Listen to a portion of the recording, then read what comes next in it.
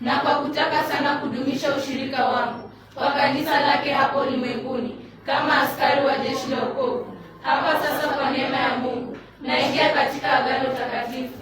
Naamini na nitaishi kwa ukweli wa neno la Mungu ambalo limeelezwa katika zile kanuni za imani 11 za jeshi la wokovu.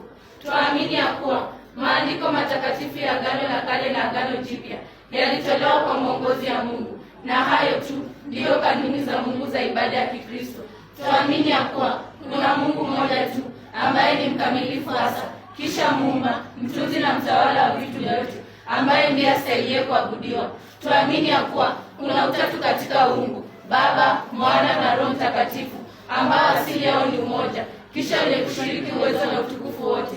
Tuamini ya kuwa katika Kristo tabia za Mungu na tabia za kibinadamu huunganika, hata yu Mungu wa kweli pia yu binadamu wa kweli. Tuamini ya kuwa wazazi wetu wa kwanza waliumbwa katika hali ya kutokuwa na hatia wala lawama, lakini kwa uhalifu wao wakajipotezea usafi na furaha yao. Tena kwa jinsi walivyoamka hivi, watu wote kutiwa dhambini ndio wapotovu kabisa, na kwa hiyo wanastahili kufikiriwa na ghadhabu ya Mungu. Tuamini ya kuwa Bwana Yesu Kristo kwa kuteswa na kufa kwake amefanya upatanisho kwa ajili ya ulimwengu wote, ili kila atakaye aokoke. Tuamini ya kuwa kumtubia Mungu, kumwamini Bwana Yesu Kristo na kuzaliwa tena na Roho Mtakatifu huhitajiwa kwa wokovu. Tuamini ya kuwa tumepewa haki kwa neema kwa njia ya imani kwake Bwana Yesu Kristo, tena ya kuwa mwenye kuamini huwa na ushuhuda ndani yake. Tuamini ya kuwa kudumu katika hali ya wokovu huhitaji kudumu katika utii na imani kwake Kristo. Yaani, tuamini ya kuwa maandiko matakatifu yanatufundisha kwamba kujikalisha katika upendo wa Mungu kutaka imani na utii unaodumu kwake Kristo.